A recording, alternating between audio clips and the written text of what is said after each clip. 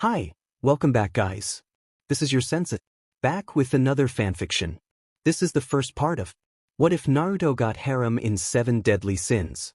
Now before starting, please give this video a like and subscribe to the channel if you want more videos like this. Now let's get into the fanfic. Look, I'm really grumpy right now, so I'll only say this once. Leave her alone. Or what? Or you get to see my angry face? What kind of retort is? Thud. Stranded. This a tale of humans and beings from other worlds. It is a story of ancient times. The holy knights who protected this country wielded immensely powerful magic. They were both feared and revered. However, a faction arose who betrayed their country and turned their blades against the remaining knights. To the masses, they were known as the 7 Deadly Sins. It's a fine story. A lie of course, but still a good one. In my experience, these guys aren't bad, far from it. They're actually really nice people once you get past their faults and flaws. I mean, don't we all have those? Sure, some of them are a little crazy, but I like to think it's a good kind of crazy, you know? Meeting them gave my life purpose again. Direction, if you could call it that. These so-called sins show mercy where the vaunted holy knights do not. They are kind when so many of them can be cruel. No. If these people are the villains, then I'll happily call myself a bad guy, too. As to how I got here, well, no such grand story for me. No screwed-up seal. No flash of light. No teleporting. I simply woke up. Ha! Blue eyes drifted open with a slow, jaw-popping yawn, bleary azure orbs blinking blearily before an expanse of white light. It took their own a full 30 seconds to realize that this was the sun, and he wasn't in heaven. And why should he be? He didn't remember dying. He didn't remember fighting either. And he certainly didn't recall falling asleep out in the middle of nowhere. Now that was just odd. When he tried to think back to what might have led him here, he found a suspicious blank spot in the annals of his memories. Come to think of it, he didn't remember much of anything, actually. Sitting up, he found his mind already venturing elsewhere. A great green plain stretched out before him, rolling hills and long blades of grass eventually bisected by a narrow road to the east. It was a fine day to be outside indeed. The sun was shining, the birds chirping, and all seemed to well and good with the world. Of course, the scenery did nothing to ease his pounding headache. As if someone had shoved a spike into his skull and left it there to rot. In short, painful. Very painful. Oh wow, he muttered crossly, rubbing at his aching forehead. My head, what the hell happened? Where am I? The last thing he remembered was throwing himself into bed after a long mission, and now this. If this was a precursor to some sick joke, he wasn't getting the punchline. He'd deliberately avoided going drinking with Kiba and the others because of incidents like this, but something told him that this went beyond that. A jagged pain in his ribs reminded him that he'd been wounded at some point, his clothing left in tatters by some unknown attack. That, and something was poked him in the side through his mangled jacket. Naruto blinked, extricating a small object. A scroll? Upon unfurling it, his eyes widened explosively. Naruto, I'm sorry, but this was the only way. You had to be stopped. You were out of control. It was either this or kill you. I hope, wherever you are, that you can find it in your heart to forgive me. Until we meet again, Sasuke. Stopped. A pit of dread opened in the ninja's stomach, but when he tried to reach for the memory it eeled through his fingers, slippery and elusive. There were no memories. No recollection of how or why he'd come to be here. It simply escaped him. There was only darkness. A blank space coupled with a vague sense of unease and anxiety. As though someone had simply reached inside his head and snipped away something. Something terribly important. The more he thought about it, the worse it became. It was all falling apart. A swirling current threatening to drag. Hey, what the hell? The words tumbled out of him with a start, the scroll tumbling out of his hands as they snapped up to shred the parchment to pieces. It was this or kill me. Just what the hell did I do, oi? What the hell kind of joke is this? This seriously isn't funny, you know, making it sound like I killed people. I don't do that, or did I? His hands clawed madly at the grass. So frustrating. A terrible quake interjected itself into his raving, rattling his world to the core. Blue eyes snapped open and swerved to the distant road, just now noticing a plume of dust rising from it. As if someone or something had struck the ground with incredible force, so too did he hear a distant shout and the sounds of a scuffle. He was up and moving towards the ruckus almost before he was consciously aware of it. "How dare you!" someone was shouting as he drew nearer. "That's what you get for drawing your sword against such a beautiful girl," a female voice interjected. "Like hell you're beautiful. Fucking giant. Go back to your homeland. There are no men and women for monsters like you." By now he'd drawn near enough to 5 men in ramshackle armor and clothed azure orbs beheld a fair maiden with bright purple eyes and chestnut brown hair tied up into large twin tails, struggling not to linger over her particularly well-developed and curvaceous body. Her attire consisted of a short-sleeved one-piece orange suit, boots with crossed laces extending almost up to her knees, and 2 fingerless gauntlets of blue-gray leathery material covered in shiny steel studs. All told, her appearance didn't rattle him in the least. He was a shinobi, after all. He'd seen far stranger creatures and gods in his day. There was just one thing that stumped him. Whoa, she's huge. Apparently he'd come close enough to catch the men's attention, because one turned in his direction, his rakish face etched into a scowl. "Oi, who are you, freak?" For a fleeting moment, Naruto actually considering walking away. Clearly these men were of no threat to him, much less the giant girl towering over them all. But just as he was about to do so, a thorn of pride pricked him and held him back. Just now someone had insulted him. Ordinarily he could tolerate all manner of jab, yet somehow this particular word riled him for some reason. "Freak, eh?" "Well," he managed through clenched teeth, "I'm just a humble passerby. Why don't we let bygones be bygones?" And alas, it was not to be. "Look at this," one of them cried. "The freak's trying to protect the giant." "No, no, no," he argued, "I'm trying to keep you idiots from dying. You're the one that'll die today, you freak." Naruto uttered a jaw-popping yawn. "People all day today." He heard rather than saw the men encircle him, studiously avoiding eye contact as he was. At this proximity they reeked of cheap liquor and other, unpleasant odors which led him in turn to wonder if these really were the knights he claimed. And why did they keep calling him a freak, oi? He was quite normal, thank you very much still. Something in him was compelled to extend the olive brand once more. He didn't have to start the fight, he told himself. There really was no need for it. Or so he told himself. "Come on now, you're being unreasonable. Don't you know who we are?" A sword forced itself up under his jaw, cutting him off. "We're Knights of the Golden Wheats, you're the one who's at fault here, freaku." In disbelief he looked on, trembling as a scarred hand locked around his sword and forced it down, away from his jugular. The edge did not cut, nay it didn't even impede upon his flesh at all, despite his attempts to hold it steady. Still, the iron vise forced the sword low, lower, then lowest still, until Naruto was physically holding it at his side. Blue eyes rose. Ponderously. Slowly. "Call me a freak," he whispered. "One more time. Freak." That did it.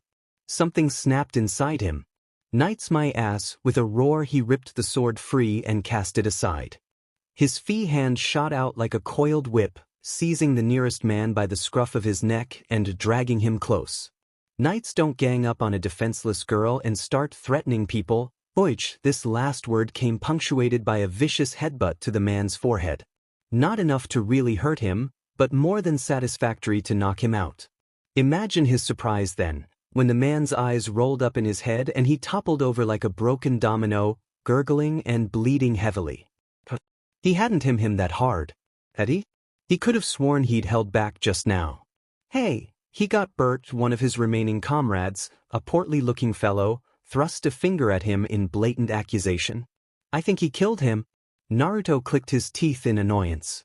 "Did I? And why don't I feel guilty?" Frowning, he shook the thought away. "Look, I'm really grumpy right now, so I'll only say this once more. Leave and I'll forget this happened." Or what? Blue eyes gleamed red. "Or you get to see my angry face? What kind of retort is?" Thud. The knight's words found themselves cut brutally short as clenched knuckles thundered into the side of his face. Naruto hadn't moved. His clone, however, certainly had.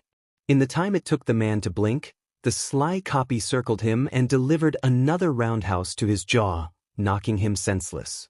Instead, something cracked and the man's head lolled awkwardly to one side, his neck broken. Naruto drew back in quiet disbelief, mildly disturbed by the actions of his clanino. It was as if he himself had dealt the final blow. "What's going on here?" Frowning, he cast a glance to his hand. "I just killed 2 people without even. You let your guard down, freak?" A distant part of him became aware of one of the remaining knights then. In that instant something ugly in him reared its head. "No," he muttered. "You did." Instead of skewering him through the chest as its owner no doubt intended, the sword found itself shattered against an upturned arm, breaking like so much glass before the rigid limb. He had a fleeting instant to savor the man's confusion, then his hand snaked out, closing around the man's fell face and levering him into the ground. Something went crunch. When he looked down, he found himself holding the ruined remains of what had once been a head. Again, there came the niggling sensation that he'd done something wrong, but he couldn't bring himself to understand what. 2 knights remained now, and of their number, one idiot took it into his head to rush forward like the last. "You monster, how dare you kill my comrade?" "Hey, they started this fiasco, not me." Summoning a Rasengan to his palm, he stood. And he swung. "Just a bit." "Eh?" He blinked, staring at the blood on the ground. "That's it? You're fucking fragile?" The so-called knight gathered himself to reply. Wait. Why couldn't he feel his arm? The knight blinked. Twice. 3 times. A grand total of 3 blinks passed, before he realized his sword arm wasn't simply missing, it was gone. Ending in a truncated stump still spurting streamers of blood, the limb ended just below the elbow. He stared at for a long, terrifying eternity, struggling to move muscles that no longer existed. Nothing. All he received was a mute twitch from the ravaged appendage. It was then that the true severity of his wound finally hit him, agony upon agony clamping down on all thoughts, mind going white. That hurt. Actually, that really hurt. A lot. Screaming, he tumbled backwards, clutching at the ruined limb. "Oi!" Now the blonde raised his arms, leering at his most recent victim. "What's wrong? Lower life forms such as yourselves should be grateful that I'm taking time out of my day for you." Thus growling, he took a hold of the man's bloodied uniform, dragging him upright. "Come now," he roared in the man's face, "stand up, finish what you started, you pitiful piece of trash." His own words reached him a heartbeat later. "Wait, trash? Lower life forms?" Frowning, he dropped him. Naruto had trouble understanding it himself. He'd never enjoyed fighting before. Cursing even less. But here no felt giddy. Excited, even. "This is wrong," a small voice gibbered madly in the back of his head. Wrong, he shouldn't be enjoying this. He didn't like to hurt. And yet he found himself grinning, laughing even as the men shrank back. Reveling in their fear. It was a frightening thought, one quickly swept away by the roiling current of glee in his head, dragging common sense to the bottom. Yes, of course they were lower life forms. They had the nerve to provoke him, after all. What kind of magic is that? Of the knights, only one remained uninjured, and judging by the rank stink of ammonia in the air, the man appeared to have soiled himself. Let him remember this day. Let him be filled with fear each time he dared to pick up a sword, whenever he thought to threaten or harass someone, to use his rank to abuse another. Better to leave him and the other one alive than. As strangely satisfying as killing them might be, Naruto found he preferred letting them live to be far more fruitful. For their despair, that is. Magic? Mustering the most menacing smile he could, the blonde tilted his head and loosed a tiny modicum of killing intent. "No idea what you're talking about. But if you don't want to end up like your friends." They got. "Tool, remember this," the leader squawked, clutching at his bloodied companion. "You'll see." Naruto didn't deign to answer. Instead, he faithfully watched the rapidly retreating figures until they were gone from the road. He suspected the man with the arm wound wouldn't live through the night. The cut had been deep and jagged, and nicked a vein. As he'd suspected, the Rasengan really was a nasty thing to use on Popol. Still, he felt next to nothing for it, only the faintest sensation of guilt. Okay, just what the hell is happening to me? Only then did he remember why he'd interfered in the first place. Even then, it took a full 3 seconds before his strange bloodlust abated and he found himself the master of his self once more. What the hell was that anyway? He'd never lost control of himself like that before. Even in his earliest days back when he was grappling with Kwama, he'd never gone out of his way to deliberately be violent and cruel to another human being. And yet he'd just single-handedly butchered a lot of them. Worse, he'd enjoyed it. Sorry about that. Turning, he flashed a small smile at the towering giant still standing behind him. You weren't scared, were ya? She gazed down at him for a long moment, absently twirling one of her pigtails. Then, to his surprise, she blushed. Diane? Ha! Naruto blinked. I'm Diane, the brunette repeated quietly, twisting a pigtail as if to hide her face behind it. Who are you? In that instant, that brief sliver of eternity, all manner of simple greetings flitted through Naruto's mind. As did a well's worth of questions. Where was he? What was all this talk about magic and knights and the like? Why were there giants here? What he'd done to land himself here? Why was he so damn angry? Alas, in the end, his mind only came up with the obvious. Yuji saluted, grinning. I'm Naruto Uzumaki, nice to meet ya. Diane blinked. Naruto? That'd be my name. Sounds funny, she snickered. So, Naruto, do you have a horn? A beat of silence passed. Horn? Naruto blinked, hesitantly reaching up to his head.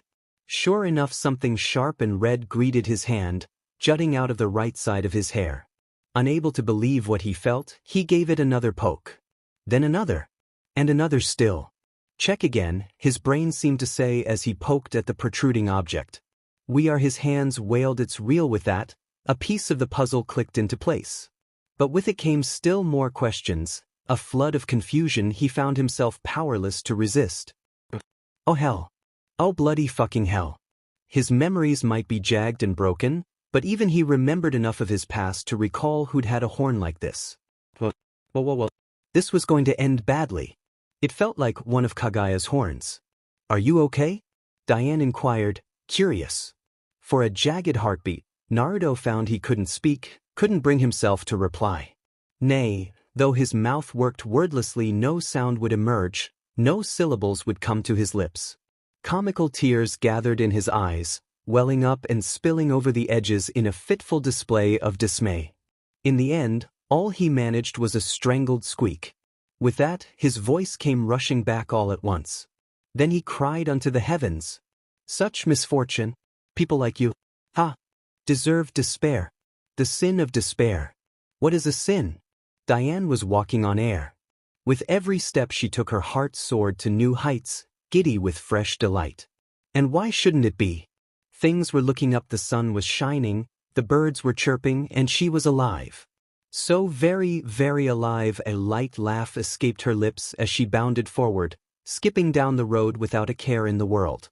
What a day to be alive indeed. She'd never been one to take life for granted, but now she found that she truly did appreciate it that much more, if only because she'd finally found something. Somewhere to belong. Someone. Friend. Someone who wasn't afraid of her in the least. Someone who treated her not as a giant, but as a girl. As a person. An individual. Someone who didn't hesitate to dirty their hands for her in a heartbeat. Someone who wasn't intimidated by her raw strength and towering height. Someone who saw her for her. Of course, it also helped that said someone was kind enough to treat her to a hearty meal of roast sword wolf after days of near starvation, but that didn't matter not a bit. In fact, it only made her adore him that much more. And even if it was only one person right now, that person was willingly following her home. She didn't mind his strange inquiries in the least. On the contrary, the brunette found herself all too eager to answer each of them in turn. She'd quickly come to the conclusion that Naruto wasn't from Britannia at all. He didn't know any landmarks and seemed even more lost here than she was, if such a thing were even possible. Worse still, he seemed to have lost most of his memories. Diane empathized with that as well. She knew all too well what it was like to have a gap in your mind. He'd seemed a bit depressed about that. But still, they'd shared a meal together and that left her in high spirits. The giantess giggled softly to herself, idly twirling one braid around her finger. "This is great, I'm so lucky. You seem to be in awfully good mood."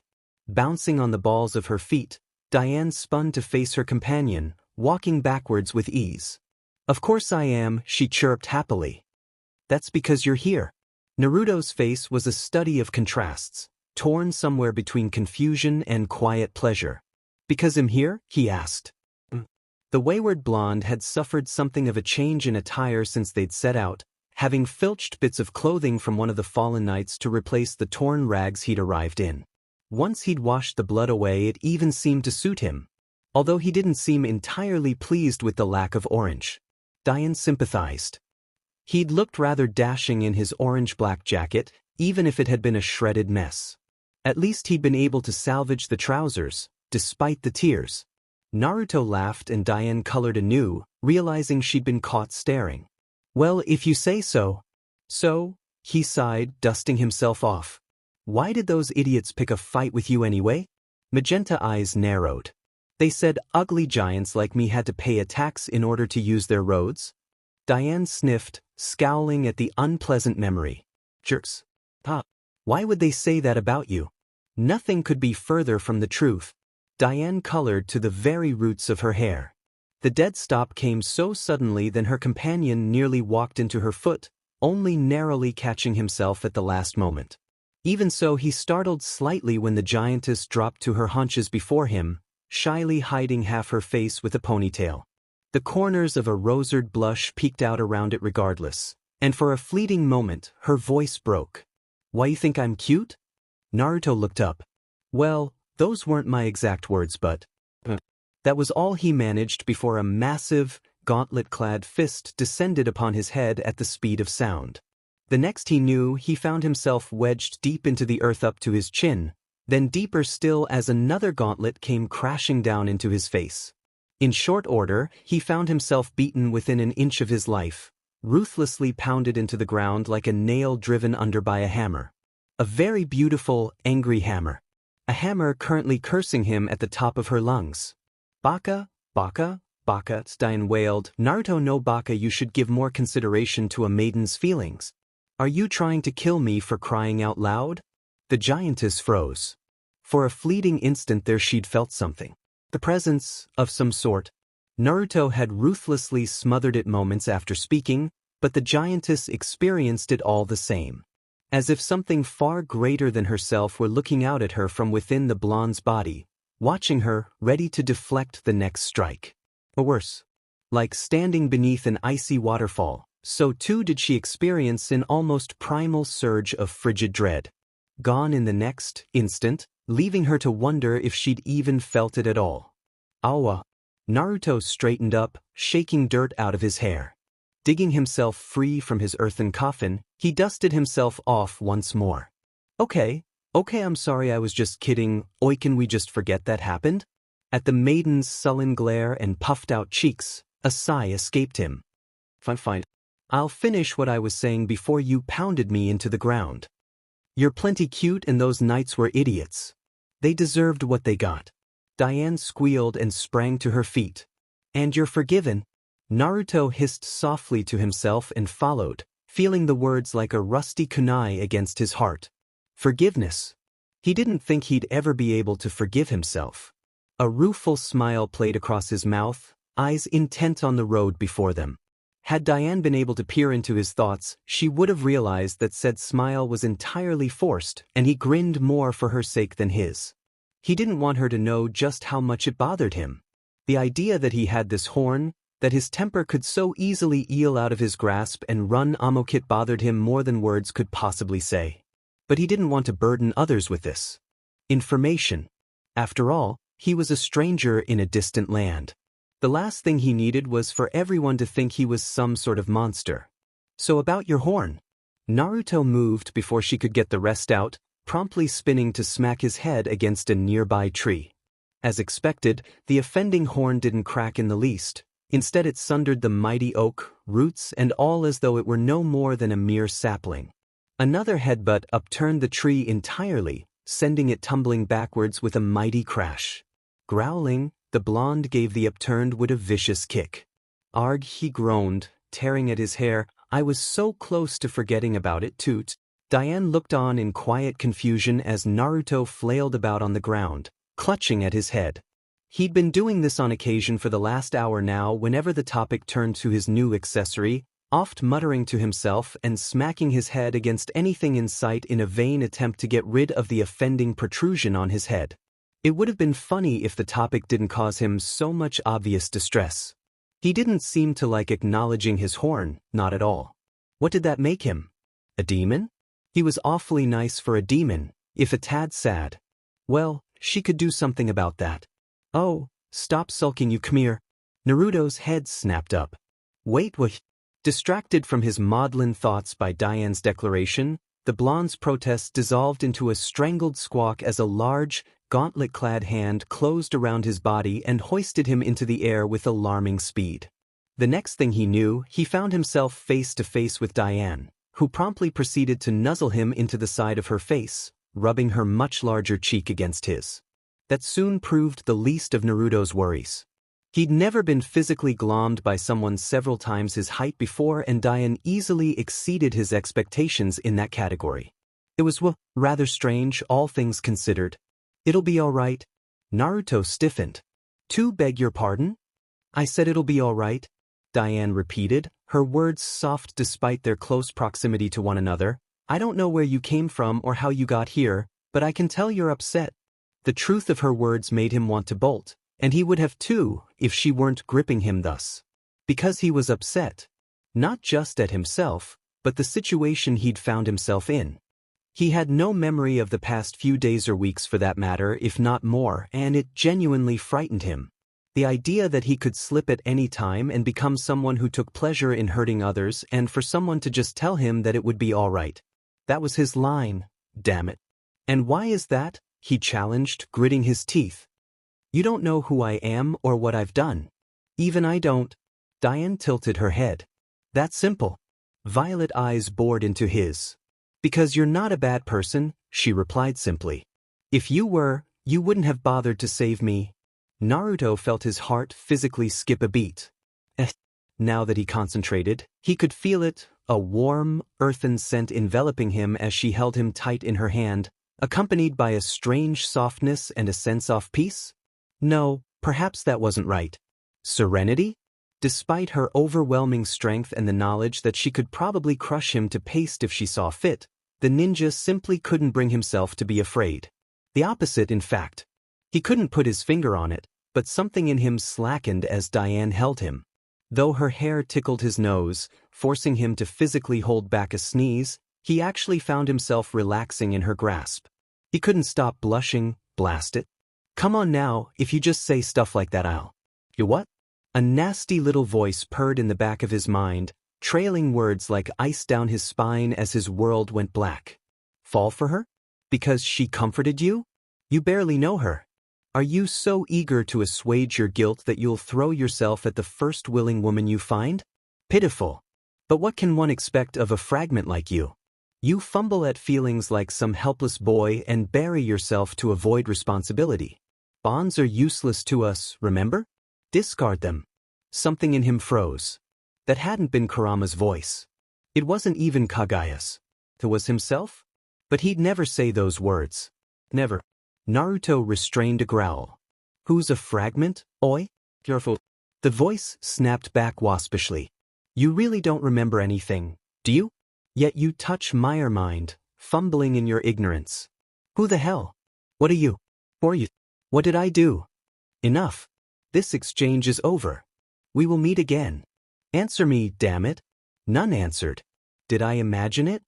He tried to tell himself that he had, but something in him told him he hadn't. The thought chilled him to the bone, but when he looked inside himself he found nothing. Not even the presence of Kurama. His chakra was still very much intact. In fact, he was lousy with it, but of the fox himself there was nothing. Only a void. More questions. Not enough answers. His mind scrambled to bury it, flinching away from the very suggestion the voice had implied. And all this while he was being held by a giantess. Strange indeed. You need to stop being so broody, Diane declared loudly, interrupting him. I like your smile better. A good kind of strange, Naruto swiftly decided. Then he felt his already bruised bones begin to crack. Hey, Diane, he croaked, not so tight my ribs, you're crushing my rib. Tight. However, rather than merely setting the prolific blonde down, she placed him on her shoulder instead. Despite his resolve, the blonde found himself sputtering anew as Diane started forward. If she was at all bothered by this new arrangement, she wasn't doing much to show it. A part of him almost welcomed the casual gesture, but even so he found himself stricken speechless by the simple audacity of what she'd just done. It wasn't until the 10th step that he finally found some semblance of his voice. Oi, you're hurt. A bright eye turned to regard him sternly. No more walking for you until you get those wounds tended. The blonde's jaw briefly clicked open. Look, I heal really fast so. No buts. Naruto sighed. You know what? Not even going to argue. Satisfied that she'd won the day, Diane hastened her pace. At first she hadn't given much thought of returning to her homeland at all. Of course she wanted to tell Dolores, her most cherished of friends, that there was someone out there who didn't discriminate against their kind, but in the same vein she was more than a little wary of how Matrona might react to a newcomer in the land of giants. If there was one thing the chieftain respected, it was strength. Strength and little else. Still, once Naruto confessed he really didn't have anywhere else to go, and seeing as she herself knew next to nothing about the outside world, it made sense to return and stock up on provisions before setting out. Just for a little while. Then they'd leave. It couldn't hurt, right? Not once did it even occur to Diane to feel sorry for the soldiers that she'd seen him kill. Not a single, solitary second. Why should she be afraid of him for that? They would have more than happy to do the same to her, given the chance. Granted, she wasn't exactly happy about their deaths, mind you, but she wasn't about to shed any tears for those nameless men either. Dead was dead after all, and nothing could be done about that, now could it? As if sensing her very thoughts, the blonde flashed her a rueful look. So, this home, yours, he began, eyeing the mountains in the distance. I'm guessing it has giants, like you? Yup. And they're like you? Or are they obsessed with fighting? They're not, right? Ah well, what, do they hate humans or something?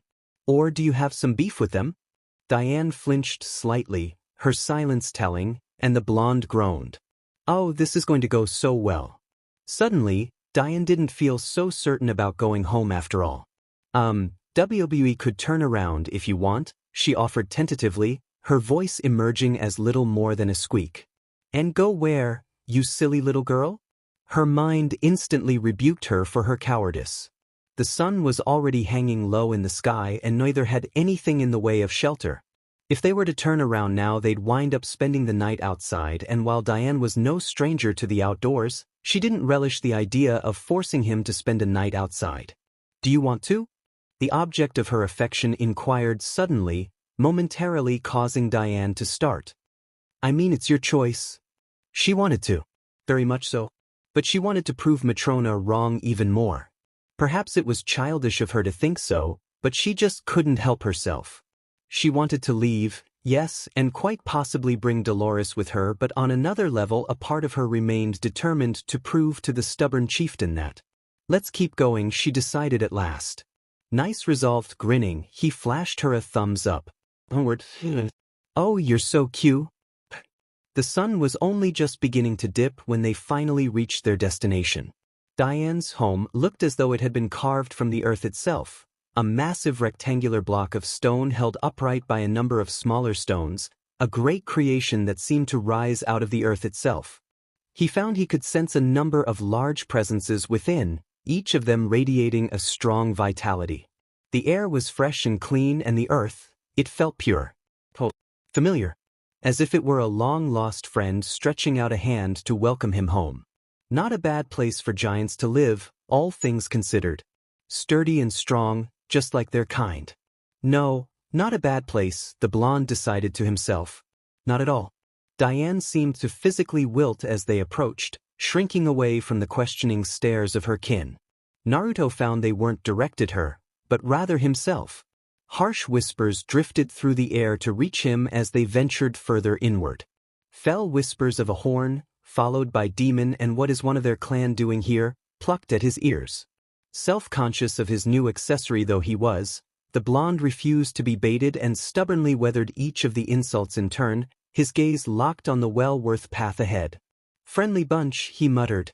"Sorry," Diane murmured, shooting him a regretful glance over her shoulder as she plodded on ahead. "They're old-fashioned. You like Dolores, though." "Dolores?" Her head bobbed. "She's a good friend of mine. You like her, I think? Well, I look forward to meeting her, then."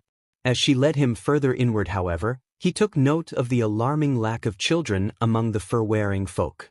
Of grown men and women there were plenty to be seen, but not a single infant or babe. That was rather troubling.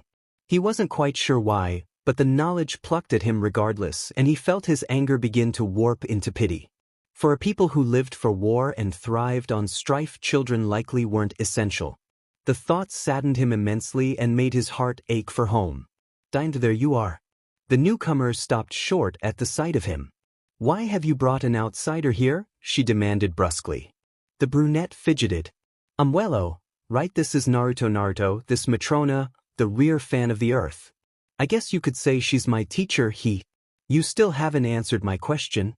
Warily, the far-flung ninja managed a nod as he took in this new giantess.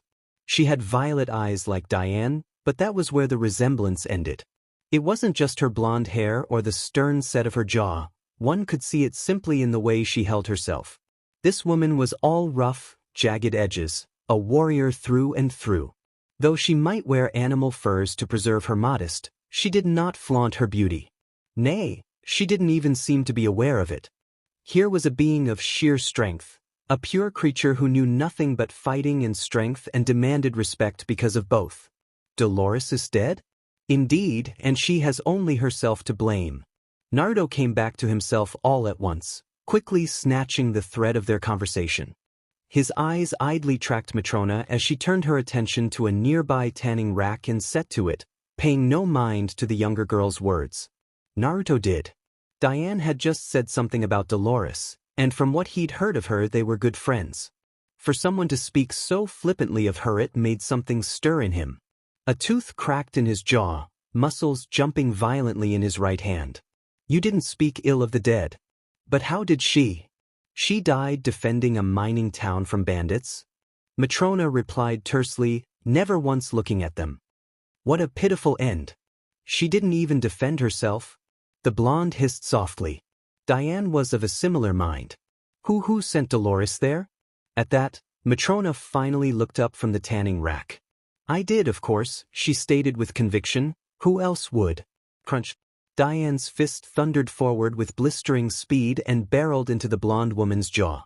Matrona didn't budge. Though her head snapped to the side and a bloody tooth flew free from her mouth, still she accepted the blow solidly, an immutable wall which weathered all and felt nothing. Her hand clenched at her side and she swung up. The return blow never landed as something slammed into the back of Matrona's leg, forcing the limb to buckle. Momentarily unbalanced, the woman's strike went wide, but before she could ponder what had thrown off her aim, something grabbed her by that injured appendage and pulled. Gravity found itself upended, and so was she, lifted into the air with ease. Violet eyes widened, baffled by this sudden betrayal. She'd never aeons suffered such an indignity, and since briefly abandoned her. Then with a wary cry, Naruto Uzumaki levered her into the earth. For a fleeting moment Matrona actually lay there, blinking, trying to figure out what had just happened. The impact hadn't so much hurt her body as it had her pride, rattled her unshakable confidence as a warrior. Her sharp eyes saw Diane's wide ones, her arms still half extended from that awkward punch. She looked just as surprised as the chieftain felt. Surely it couldn't have been the horned one. No man was that strong, so no, it couldn't have been him, it just couldn't have, because if it was. "Naruto, what are you doing?" Diane's cry merely confirmed it. Something that should have been done a long time ago. Naruto growled into the dust, shaking sensation back into his hand. "Fong of the Great Earth, Matrona, huh?" He called into the sudden silence with a voice as cool as glacial ice. "I don't know how you do things here, but I'm pretty sure being a bitch is a no-no. So, Why don't we just cool our heads and stay out of this, Outlander? Her fist descended mercilessly. It was a very impressive hit, Naruto thought.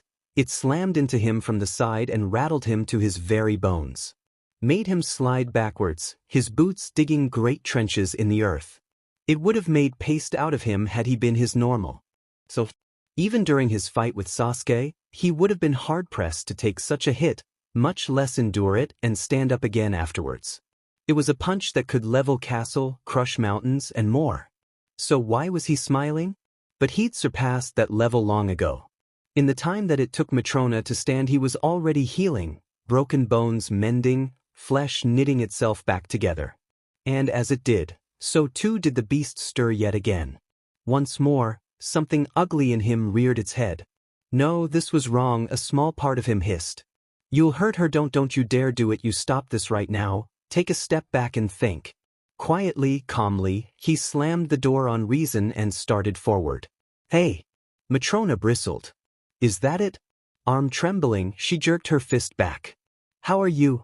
I endured hits from a fuckmothering goddess.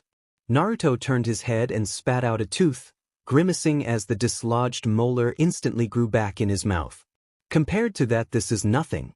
But since I'm not here to fight you, I'll give you one more chance, clawed fingers crooked outwards as he raised his gaze, beckoning. I'm sorry. 3 little words. You should probably say them now. If you don't, I'm going to hit you. As hard as I can. Not some warm-up jab, not an arbitrary percentage. White eyes like the palest snow took her measure, found her wanting. As hard as I can. And if I refuse? He gave her a strange grin then, and something in her shuddered. Then you will know despair. Did his voice change just now? Matrona glowered, uncertain of what was happening. Of what she was looking at. Of what the hell was going on. Still, never one to back down from a challenge, she straightened, looking the battered man in the eye. Apologize to Diane, Naruto repeated quietly, gritting his teeth. Or I swear to God, I'm going to turn you inside out. With that he stepped in, and Matrona moved to meet him. Then the room imploded. Oh, I am so very tired of people like you in this world. You lot call yourself knights, yet you commit the most despicable acts. And for what? Glory? Fame? Also you can rise above your station? No, you're less than a worm, and we must be better than this. The sin of despair. Sinner. What is a sin? If you asked a scholar, they'd call it an immoral act considered to be a transgression against divine law. For example, a sin in the eyes of God. One could even take it a step further. Pride, envy, wrath, sloth, greed, gluttony, and of course, lust. They are the 7 deadly sins figuratively and literally, thus one might consider these sordid 7 sacraments the very height of corruption.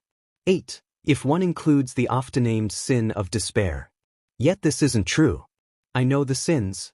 They're good people. They're not villains. Which then begs the inevitable question. Who deems what a sin is? Who was it that first set down those 9 infallible rules of right and wrong? Who decided that humans were oh so superior? Who was it that divided morality into the realm of black and white? Into night and day? Who was it that deemed there could never be gray? Who declared that pride for the sake of another is a sin? Who deemed greed ugly? Was it the gods? Demons, perhaps? Or was it humanity? By that very definition I'm already a thief. I said it. Such misfortune. Scene break. It's my victory, then. Matrona grit her teeth until she felt something crack in her jaw. She struggled with all her might, to no avail. Try as she might, the giantess couldn't budge the boot crushing down on her head. Indeed, for all her flailing, she only made the situation worse and found her face thrust deeper into the dirt. Despite her indomitable strength and peerless mastery over the earth, despite being many times the size of her opponent, she'd lost. Her strength meant nothing in the face of this adversity, couldn't budge him. Even now her right hand ground against his body while he held her left at bay, towering fingers crushing against his seemingly frail frame. It was absurd. What manner of demon was this? How was he this strong? So, a rough voice rumbled in her ear, "Will you listen now?" Pain flared in the chieftain's skull, bright and sharp and horribly clear. Violet eyes craned upward to find searing white eyes glowering at her. Not blue.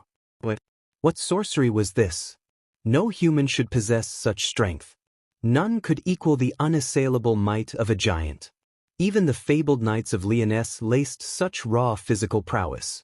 Thus it stood to reason that the being who'd bested couldn't be human. Not with that horn. A member of the demon clan, then? Weren't they extinct? Strange as it might sound, the idea of losing to a demon after hours of combat rankled her pride less than that of a human would, but in the end it proved no less galling. She'd never lost a battle before. To have been beaten so badly and by an outsider at that, there was no greater shame. Just fit down. A bloody scowl. Never. Pity. Naruto's body blurred into a streak of liquid gold, striking out at multiple vulnerabilities in unison. Never in the same place twice. Lungs, chest, knees, throat, torso. His attacks shattered what little remained of her defenses, battering into her body with relentless abandon. What little power she mustered was swatted aside like a gnat, spires of earth crumbling again and again until, abruptly, they ceased. Enough, he growled. You're beaten. I'm not going to kick you when you're down. Scissoring her legs, she lashed out at him, only find the knife point of his hand leveled against her eye. You don't understand, this is our way of life. The humans provide us with combat and compensation. A muscle jumped in her forehead as she fought to raise her gaze, her weary body pushed to its very limits merely by that minute movement. And we giants provide them with our strength. This is how we coexist. We giants are a proud army. It's our duty to seek out combat. It is our dream to die in combat. It's in our nature to find life in war. That's why you give your best to your opponent. That's the greatest respect you can give to a warrior. And yet you lost to me in the end, the sin of despair replied. What does that say about your vaunted pride? When she couldn't muster a response, he took his foot from her head. In disbelief, Matrona was left to gape at this act of mercy. Left to languish amongst the rubble. We're leaving, Diane. What? Exhausted as she was, she could only loo on in mute disbelief as the horned one turned his back on her and nimbly leaped onto Diane's shoulder. Her fellow giantess had observed the battle in stoic silence. Only a fool would interfere in single combat, and now the blonde's sudden movement seemed to reactivate the brunette. Startled, she reached up to steady the wayward warrior with a hand. He muttered something unheard, and with a nod, her charge turned to depart. Something in Matrona's chest wrenched at the sight. Not just at the thought of Diane leaving, but her arms stretched out, grasping at the girl's ankle. Matrona? Wait, kill me. Naruto finally stirred. Weary eyes regarded her. I don't think I'll be doing that. We giants live only on strength and pride. To lose and have my life spared by one such as you would be even more shameful. When he made no move to reply, she buelled on ahead, heedless of his stony expression. You've bested me before the entire clan. Demon, you can't just leave. Finish what you started so that I may have honor in death. Blue eyes narrowed at the word demon, but he made no move to refute her. Then find and face me again when you're stronger. If that's all. Her mind scrambled, seeking a solution. Indeed, Matrona refused to let it end like this. There could be no closure in such an end. A strange emotion had bloomed in her chest, and for the life of her she couldn't bring herself to understand it. This was not fear, nor was it anger, or even something so petty as spite. The idea of letting the one who'd bested her escape, no more than that she wanted to face him again. Please, will be participating in the suppression of savages by the Lioness Knights tomorrow morning. Join us. Naruto scoffed. And why should we? I wish to determine whether or not this was a fluke with my own eyes, she begged, steadying herself on shaky knees. Do so and I'll allow you and Diane to depart without contest. I swear on my great ancestor Droll. Diane's once staunch resolve wavered. Maybe we should hear her out? The blonde blanched. I don't think. Scene break. Naruto hissed out a low breath. Why did we agree to this, again? Just calm down. Relax. Diane's hand settled over his horned head with infinite care, her large fingers rubbing his scalp with surprising gentleness and reassurance. The blonde's sullen expression didn't waver in the least under her ministrations, Yet as the giantess looked on, the tension gradually drained out of him, leaking out of his body like a broken sieve. She didn't blame him for pouting. A small part of her felt the same. She'd listened to Matrona on a whim, but even now her heart wavered, wondering if she'd truly made the right decision. Surely nothing would go wrong, right? We've been waiting for you, Fong of the land, Ms. Matrona. Her bright gaze shifted, turning away from the object of her affections towards the one who'd just spoken. In hindsight, he stood out from the sea of shuttle-armed and armored men only by the sheer quality of his armor and nothing more. That weaselly face and beady eyes did little to inspire trust. Even as she gazed upon him, those keen eyes turned searchingly toward her companions. "And who is that behind you?" Matrona flinched. "This is my clan's best fighter, Diane. The other one is a mercenary who volunteered his services. I can vouch for both of them." Naruto harumphed like an old man. "Vouch," she says, "what a bunch of bull. How noble of you." The knight spread his arms wide in benediction, enthusiastic voice overriding the blonde's muttered complaints. "That's reassuring. I am the holy knight of the kingdom of Lyonesse. Gan and I look forward to working with you." Upon her shoulder, Naruto stiffened. "Something stinks." Diane frowned. "Weh." Matrona's gaze strayed toward the great sea of ballistas arrayed at their feet, each primed and ready to be fired at a moment's notice. From his perch on her shoulder, Naruto leaned forward, sniffing. Whatever scent he found there must have made his nose curl, for his expression darkened even further. Diane shifted uneasily in place. Something felt wrong about this. Ganon seemed entirely too eager to please, and if Naruto's sour mood was any indication, it might well be a facade. If Matrona was at all concerned by the surprising amount of artillery, however, she did precious little to show it. "And? Where are the savages?" she posited. "I sense no one. It seems they've hidden themselves with the aid of a powerful mage." Ganon admitted with a helpless shrug. "We can't seem to find them." At this, Naruto finally perked up from his sulking. "That is troublesome." She knew that voice. Diane stiffened.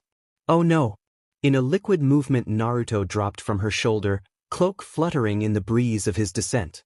Alighting in a pointed crouch before the holy knight, the horned blonde took 3 swift steps forward and clamped a hand down upon the man's armored shoulder.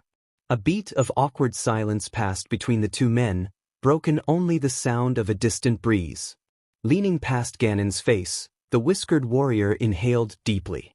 From her towering angle, Diane couldn't see the expression her companion made, but it must have terrified Ganon, for the holy knight's visage drained of all color.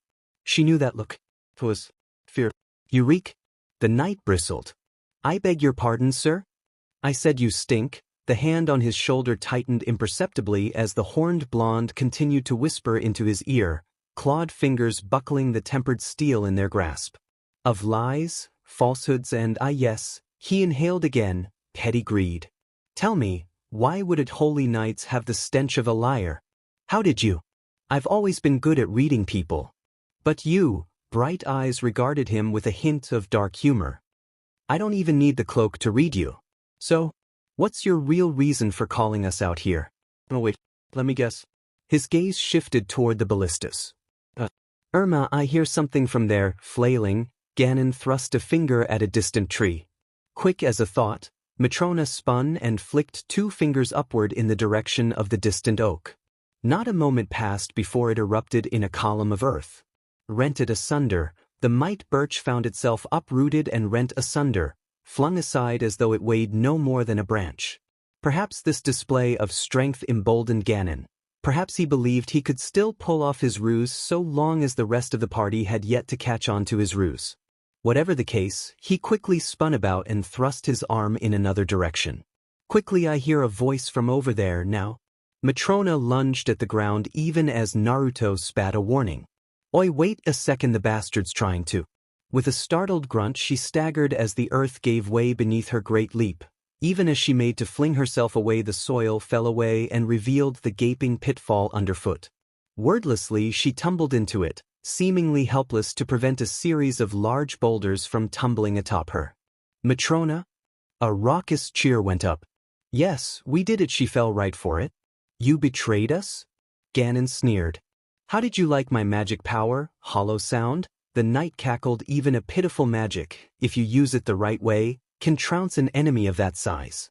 After all, it's a far greater achievement to defeat one giant over 1,000 petty savages. Confident in his scheme, he carelessly flung his arms to the side. Especially when it means putting an end to that berserk Fong of the land. Now, men, let's finish off Wegu? Whatever else he might have said withered as a pair of clenched knuckles barreled into the side of his face.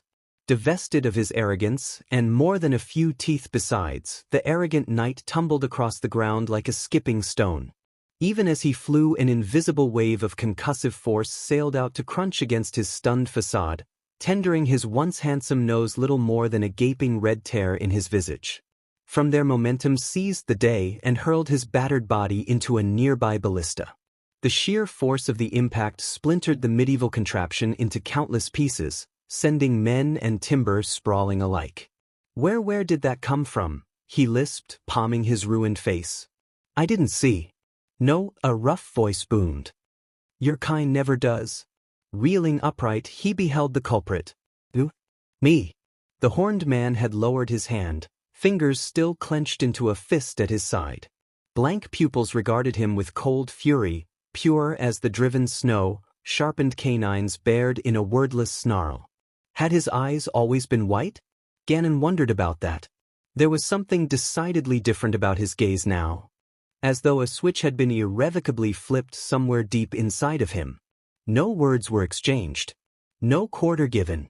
He simply began walking towards them. As one, the closest ballistae leveled on him, only to inexplicably implode upon themselves. An entire line of the weapons vanished in a cone of flame, and the men with them. Going to murder the rest of you now? Craning his neck, the blonde glanced over his shoulder. You okay back there, big girl? Yes. To his dismay, Ganon found the Fong of the land had already extricated herself from his brilliant trap. Standing astride a towering spire of earth beside her comrade, the giantess sneered down at him in silent scorn. Utterly unfazed by his deception, she flicked a stray strand of hair out of her eyes and leaped to his side. Eyes like blazing violet amethysts narrowed upon him with the weight of 1,000 worlds. The very earth seemed to quiver beneath the force of her landing, trembling before the terror of what was to come. You underestimated us, human. We giants can manipulate the very earth itself. Naruto cracked his neck. Might want to close your eyes now, Diane. What? No, I can fight Tooch, the brunette steeled herself. Fata girl. Ganon saw the shared look between them, and knew what it meant for him and his men. Now that the trio had grown wise to his scheme, their guard would be up. Worse, those two seemed keen on wiping the lot of them out in recompense for their temerity. He was no fool. Not one of his men could engage a giant in a contest of raw strength and expect to emerge the victor. Least of all himself. No, if there was to be any chance, they needed to rely on those special quarrels and pray for a miracle. If word of what he'd done here reached Lyonesse, he was finished. If it had come to this, then, damn you, fire, fire, fire. To his dismay, the giants reacted instantly to both his shrieks and the assault. Pillars of earth rose to intercept the ballista bolts as they launched, one after the other. What little reached them of the initial volley clattered harmlessly against unyielding stone. Still, their defense held strong, and with each passing moment the Reaper winnowed away at their own forces with ruthless precision. The sounds his men were making back there in the ranks, it curled his very blood in his veins. Damned demon, damned giants, how dare they put up such a fight? Didn't they know their place? All we need is one hit, he railed. Get them. A stray bolt arced towards the brunette. Spying it, she braced herself. Heavy metal. To his great delight, the Fong of the land intercepted the quarrel with her own body, thrusting an unprotected leg between her student and the bolt. Inwardly, the coward rejoiced. Yes, a direct hit. Had she known about the poison? He supposed it didn't matter now. Her death was all but certain. As he looked on, the heavy quarrel bit deep into her thigh and sank into her flesh, where the toxin would no doubt swiftly take root. Already she'd lost her color and began to sway on her feet. Almost instantly she slumped. Stupid giants, this poison can take down a dragon, He crowed, unaware of the silent shadow creeping up on him in the fog of battle. It certainly works fast. Even if it can't pierce a body that's been turned to steel, one small scratch is all it takes. You talk too much. Strong arms locked around his head from behind. A startled croak leaped from the knight's lips as he bucked against his captor to no avail. His adversary's grasp was iron and he lacked the strength to break free. No, not like this. He'd been destined for so much more. He was meant to rise above this. To eradicate those filthy creatures. Someone roared at him, and his thoughts blurred into agony as two fingers plunged deep into his vision.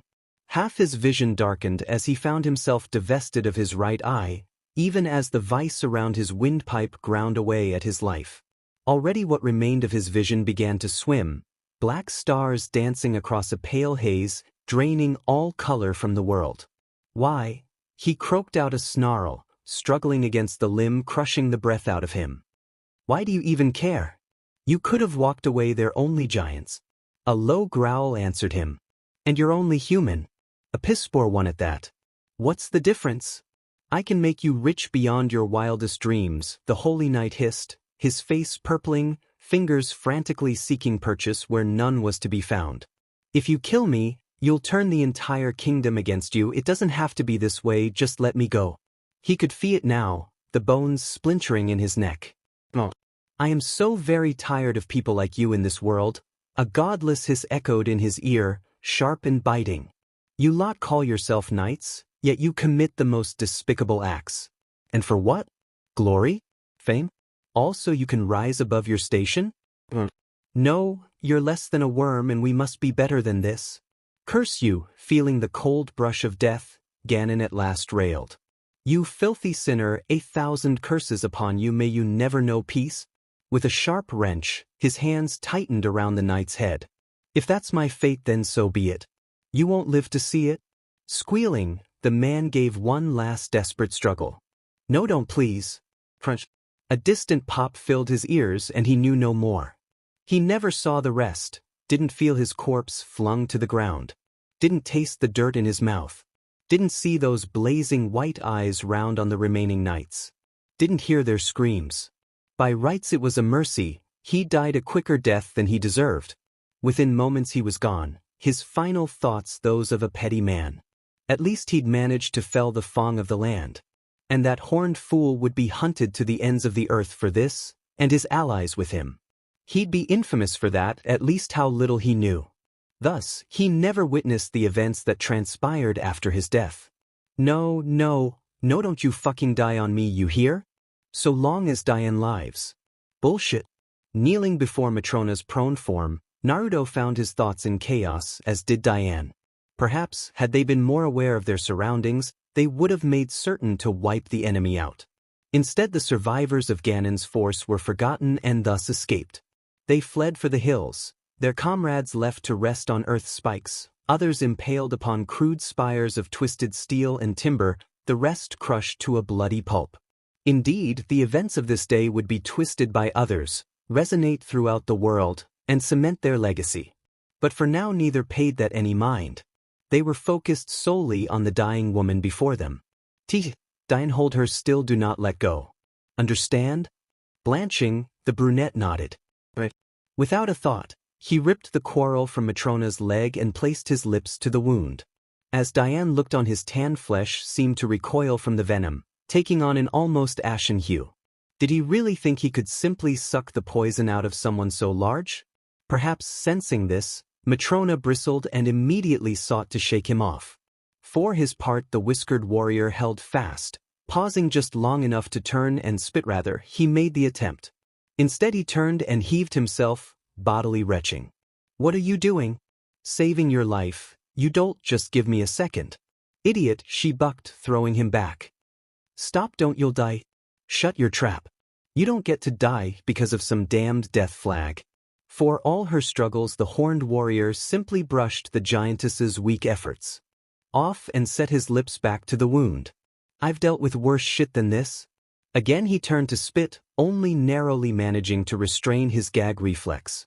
I can do this, I'm not losing another comrade, do you hear me? I said stop, Matrona pleaded with him, feeling herself weaken by the second. If you keep at it you'll just go to the grave as well. This serves noth. And what's so wrong with laying down my life for someone I care about? The ferocity of his reply momentarily stunned the chieftainess. Tears gathered in her violet eyes. His response made no sense. No, it baffled the warrior chief to the point of incredulity. They scarcely knew one another. Indeed, only yesterday they'd nearly fought to the death. So why go to such lengths for her? If she died then Diane would be free. Why risk his own life for hers? It was inconceivable. Yet she wanted to live. She was a warrior, destined to die on the battlefield. But that tiny, unhardened part of her heart still balked at the idea of her life ending. Even now the last of her strength abandoned her, taking with it her resolve and her strength. And yet, something awoke within her.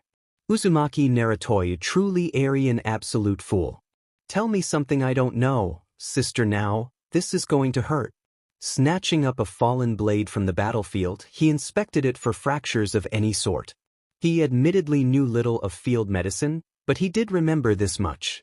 The poison couldn't be allowed to reach the rest of her body. With a grimace, he raised it high, testing its weight and balance. Diane realized what he intended at once and averted her eyes as he heated the blade with a jutsu. Still, the blonde almost hesitated a moment. Wavered. It had to be a clean cut. He couldn't afford anything less. Neither could Matrona. If he botched this she might well perish on the spot or worse, suffer a long, wasting death unworthy of such a warrior. Like hell I'll fail, absolutely not. Blue eyes narrowed to slits. Then he cut down. Sheer agony burned Matrona's world white. It was the worst pain she'd ever known, bar none. For all her resolve, for all her strength, she still screamed. Take me with you? Ha! Did I stutter? For the love of a giantess, interlude. Matrona dreamed. Feverish nightmares consumed her as the last of the poison ran its course. Even then, her body proved fitfully slow to heal. She only slept. She gasped and clawed at her leg in fitful slumber, unable to wake no matter how much she might desire it. She called for her mother and father, for her parents, long since dead. She hadn't cried out for them since she was a little girl. It was an embarrassing display of weakness on her part, one that galled her to her very core, one she swore never to speak of again. Other, darker terrors chased her in her slumber, and she found herself powerless against them. For all her might she was as powerless in sleep as any other, haunted by shades of regret and shame. To be defeated in Batlito live after falling on the field, there could be no greater shame. She would have been all too happy, instead she suffered, and thus she lived, and thus she dreamed. Visions of the past and future alike, days gone by and things yet to be, or may not be. She saw Naruto, that insufferable rogue, dragged to the capital in chains. She saw Diane fall, her body riddled with ballista bolts. She saw herself, dying old and alone, forgotten. And then, quite suddenly, Matrona awoke. Scene break. 'Twas not the first sight Matrona expected to find upon waking, but there it was. Warm rays of dappled sunlight fell upon her face through the worn slit of a window, bringing with it the gentle light of day to pluck the giantess from her dreams with arm surety. Belatedly she realized she recognized her surroundings. These were her own quarters after all, dark walls and all. Someone had gone to great lengths to make her comfortable, leaving her sprawled out amongst a pit of warm furs. For a moment, just a moment, she could almost believe that it had all been just that, a dream, a figment of her own imagination. Almost as if that had never happened. Lying to yourself gains you nothing. A dark thought flitted through her mind. You'll never be what you once were. Not anymore. Head spinning, body aching, eyes bleary from sleep, Matrona almost dismissed that lurid whisper outright. Surely this was another fever dream of some sort. She must still be sleeping, surely. She would blink and find herself swaddled in dark again when she opened her eyes. She would be as she always was, complete and whole. That awful bowel-wrenching terror was nothing but a bad memory, the horrible pain as he cut into the flesh of her leg little more than a dream. But the jabbing ache in her leg served as a poignant reminder of her current situation, of events best left forgotten. Reluctantly, she palmed her face and risked a glance southward. Hot, bitter tears welled up in her eyes, but she refused to let them fall. A small, muffled sob fled from her lips, and she ruthlessly tore it back, slamming a hand over her mouth before another could escape her. She was a warrior. She would not cry. Even here, alone in this silence. Sparing a rueful glance for the ruined stump of her limb, she was somewhat horrified to see where flesh ended and bandages began. So, it was true then. But it wasn't the only thing she found there. Someone had gone to great lengths to affix something to her leg. What was that? Her skin was still riddled with the remnants of stale sweat despite the open air of her chambers, which in turn suggested that said fever had recently been broken and thus made it a chore to move. Nevertheless, her pride was paramount and would not brook any show of weakness on her part. Propping herself up on her elbows, Matrona regarded her new appendage. Mounted over the bandages and fashioned in a fine leather metal harness, it didn't much look like a traditional foot, but neither could it be called a proper peg leg either. Whatever it was, it looked wickedly sharp. Curved and sloping with gentle lines, it was unlike anything she'd ever seen. Whomever had fashioned it must have been skilled at their craft. Rather well at that. Warily she moved the bandaged limb, testing her range of motion with an air of uneasy expectancy. Putting the minor and admittedly dull ache of her nearly healed wound, she found it quite pleasing. Not as bad as she'd feared then. The faintest sensation of movement against the bare skin of her stomach caused the giantess to jump. What in the world? Which brought her back to her current predicament. For one of Matrona's towering stature, most were rendered quite small before her, and this was no exception. Someone could easily sprawl themselves atop her more than adequate room to spare, and, were it not for her keen senses, she might never notice them. At some point Naruto had taken it upon himself to do just that and quite literally claim a perch on her stomach. There he lay now, snoring softly, curled atop her stomach like some kind of crazed fox, utterly uncaring for who saw him. Her face flamed, burning the color of 1,000 roses.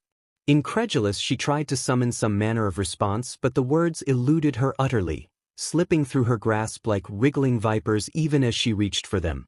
In the end, she settled for her default reaction when she felt threatened. Indeed, for a warrior such as she, there could be only response. So she struck him. "Are you a fool? Wait, what did I do this time?" To his credit, the blonde didn't cry out when Matrona swatted him off her stomach like an errant fly with all the force of an angry giantess, even as he struck the wall face first and left a decidedly Naruto-shaped impression upon the hardy stone. A soft, muffled grunt was his sole consent that he'd been harmed at all. Gracelessly he slid down the wall and crashed to the floor, drawing a small pang of guilt from the warrior. Had she killed him by mistake? She hadn't meant to hit him that hard, but she'd been so badly startled. Bounding back to his feet, the young man banished her fears with a wry smile and another lilting laugh. "Hey, you're awake." "Great," he drawled excitedly. "Was touch and go for a little while there." "You could have been killed," she raged, stabbing a finger at him. He remained unperturbed. "I regret nothing. I wanted to die," she roared. "Too fucking bad." His shout rolled over her like a great avalanche, quelling all hopes of resistance. There was no hope of defying it. None. Even as she thought to muster some semblance of argument, the young man bounded forward and did the unthinkable. Strong fingers wrapped around a lock of her hair and pulled with the force of 10,000 men, yanking her visage down to his. Blazing eyes silenced her outright, bored into her own amethyst orbs like blazing coals, his teeth bared in a fearsome snarl. "You're alive," the words escaped him in a soft, irritated hiss. "You don't like it? Fine. I can accept that. But..." He tugged harder, drawing a scowl from his unwilling captive. "You are not going to throw that life away." Tears gathered in her eyes anew. "I was defeated, you fool." Her anger refused to abate, circling low in her mind. "Look at me, I'm maimed, a bloody cripple. I don't deserve to be alive." Something warm pressed against her forehead and her brain failed her. Looking back, Matrona couldn't quite explain why her body locked up the way it did. Every muscle betrayed her at once, refusing to move despite her best efforts to command them. Yes, for all her efforts, she found herself wholly at a loss. Matrona may have been a proud warrior, but at her core she still had a maiden's heart. She knew nothing of romance, had given not thought to the idea of children, even. Yes, she was a warrior. It was her duty to fight, to protect the clan, and eventually to fall upon the field of battle. To simply be kissed by someone, even on the forehead, was so jarring that she didn't know what to do. Words failed her. Her eyes rolled madly, her cheeks turning a hot shade of pink. That's exactly why you deserve to live. Thus declaring, Naruto released her and stepped back half a pace, anger draining out of him like a broken sieve. We learn from our defeats. Grow stronger from them, you know? I'm sure you'll be able to rise above this. No, I know you can. Only then did Matrona truly see how he'd changed from the boy she'd known only a few scarce days before. Streaks of white likely from his ill-advised attempt to suck out the poison dominated his blonde hair, lending it an almost silvery appearance. As ever those stark red horns stood out from the tangled mane of his hair, but they almost seemed longer now, sharper than she remembered. There was an edge to his face that hadn't been there, and he'd clearly lost weight since she'd last laid eyes on him. His smile, however, still retained that same warmth as before, a roguish grin that spoke for him all its own. You don't like me? Tough. I saved your life. You can stuff it. That did little to quell her own anger towards him, however. He'd sullied her pride worse, he was laughing. So she smacked him. Nice try, princess. This time Naruto remained rooted where he stood and merely wobbled in place, swaying to and fro like some child's toy affixed to a spring. She almost envied him his ability to stand upright without flinching. Still, this did present an opportunity, a chance to interrogate him for information.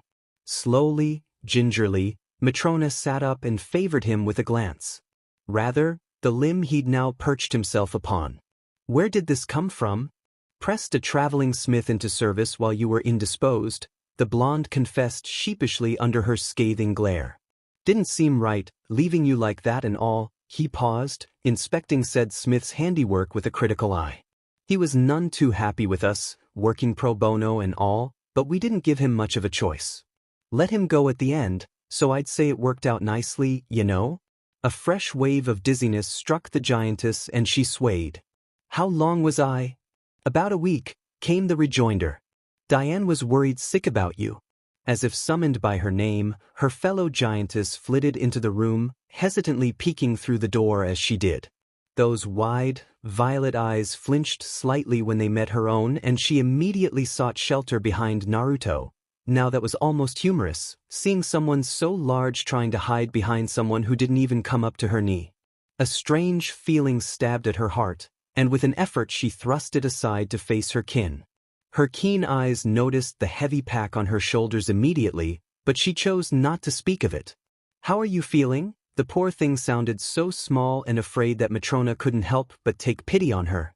Was she truly so terrifying?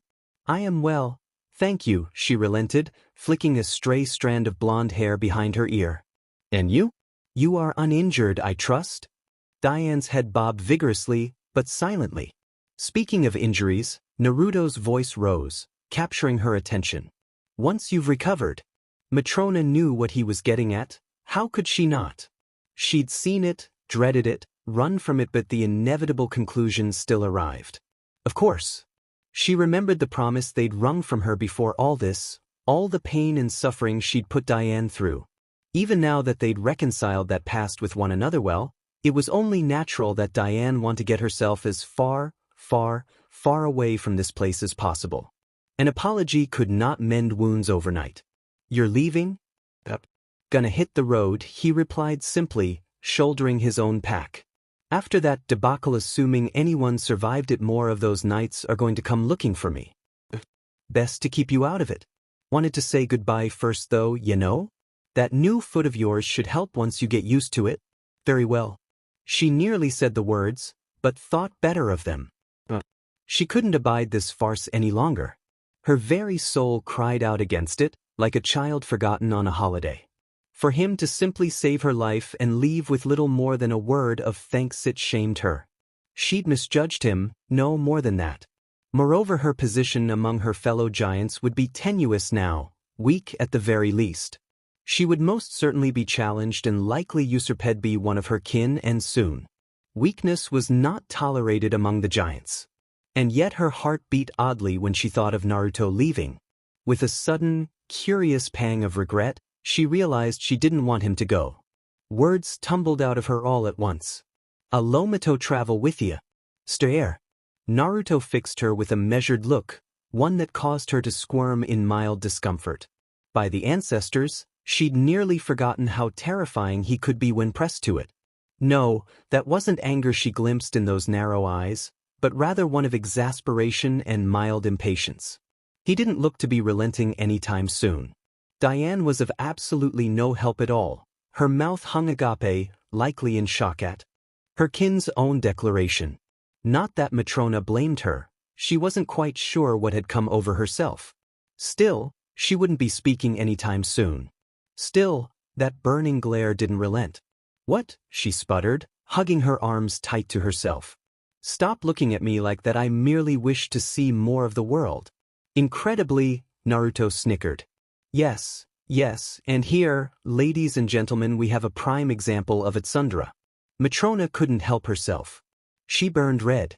"Stop that!" Crunch. Diane fought down a sigh. Was that stomp really necessary, Matrona? "Look, I'm really grumpy right now." Okay, sadly the chapter is over. And if you enjoyed, just leave a like and subscribe with post notification, so when the next chapter is ready, you will be notified. Okay, see you in the next video. Bye.